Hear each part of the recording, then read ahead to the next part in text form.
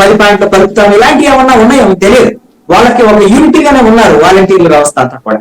వీళ్ళు రివర్స్ లోకి వైఎస్ఆర్ కాంగ్రెస్ పార్టీకి అనుకూలంగా పనిచేయడం వాళ్ళు స్వేచ్ఛ చూడలే కదా, వాళ్ళు ఏమి ఎన్నికల ప్రక్రియలో ఉంటారు. కానీ వాళ్ళు బయటికి వెళ్ళి చేసేటువంటి పనిని మనకి ఎవరికి తెలిసేటువంటి అవకాశం కూడా ఎన్నికల కమిషన్ దాని మీద ఇదే చేసేదానికి అవకాశం లేదు. ఇప్పటికే కొంతమంది వైఎస్ఆర్ కాంగ్రెస్ పార్టీ అభ్యర్థులతో కలిసి ప్రచారం చేసే వాళ్ళని ఎన్నికల కమిషన్ కి కొంతమంది కంప్లైంట్ చేయడం కానీ వాళ్ళు సస్పెండ్ చేయడము, కొంతమంది అసలు ఈ తెలుగుదేశం ఎంత గొడవ వేసుకో మేము ఉద్యోగం వదిలిపెడుతున్న అవసరం అయితే వైఎస్ఆర్ కాంగ్రెస్ పార్టీకి ప్రచారం చేస్తామని వెళ్ళిపోయే వాళ్ళు కూడా ఉన్నారు. అది వేరే విషయం. ఇది ప్రతిపక్ష పార్టీలకి నాకు తెలిసి వాలంటీర్లు అనేటువంటి ముట్టుకుంటే కాలిపోతుంది, ఇది నష్టం జరుగుతుందండి. మీకు పవన్ కళ్యాణ్ విషయంలో కూడా నాకు తెలిసి మొట్టమొదటిసారి జనసేన పార్టీకి పవన్ కళ్యాణ్ వాలంటీర్ల మీద చేసినటువంటి విమర్శలో అది బూమరాంగ్ అయినటువంటి పరిస్థితి మనం చూసాం.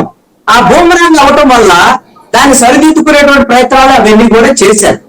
అందుకని అది ఏం సరిదిద్దుకున్నారు ఏంటనేది మనందరికి తెలిసినటువంటి విషయమే.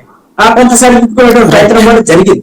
అయితే ఈ విధమైనటువంటిది ఈ వాలంటీర్ల వ్యవస్థకు సంబంధించినటువంటి విషయంలో ఇప్పుడు జరిగినటువంటి ఈ పరిణామం మాత్రం ఎన్నికల ముంగిట ప్రతిపక్షాలకు తీవ్ర నష్టంగాను, ఇది వైఎస్ఆర్ కాంగ్రెస్ పార్టీకి రాజకీయంగా మరింత కలిసి వచ్చేటువంటి అంశంగా ఉండొచ్చు అని నేను అనుకున్నాను. అయితే ప్రచారంలో అది ఎవరు పార్టీ వాళ్ళు చేసుకున్నారు. వాళ్ళు ఇప్పుడు వైఎస్ఆర్ కాంగ్రెస్ పార్టీ అంటే ఏమంటున్నా మరింత వేగంగా మంత్రులు అందరూ వచ్చి మాట్లాడేసి ఇది తెలుగుదేశం కుట్ర, జనసేన కుట్ర, బీజేపీ కూడా తెలుగు వాళ్ళు ఇంతకు ముందు మాట్లాడుతున్నారు. కాబట్టి వీళ్ళు ఏమన్నారు, మాట్లాడే సంబంధం వీళ్ళు కావాలని ప్రచారం చేస్తున్నారు, వీళ్ళు మాట్లాడు ఎవరి మాట ఈ లబ్ధిదారులు నమ్ముతారు అనేటువంటి దాని మీద రాజకీయ లబ్ధికి సంబంధించిన అంశం ఆధారపడి ఉండేటువంటి అవకాశం.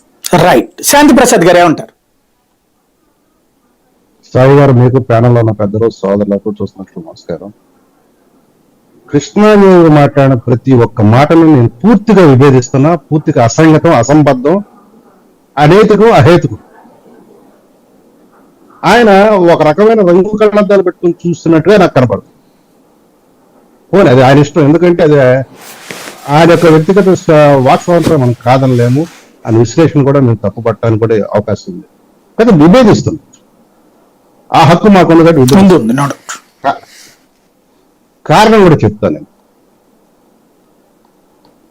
నిర్లజ్జగా, నిస్సిగ్గుగా, నిర్భీతిగా వాళ్ళు మా కార్యకర్తలను చెప్పిన తర్వాత ప్రభుత్వ సొమ్ముతో వాళ్ళని ఎట్లా మెయింటైన్ చేస్తారు?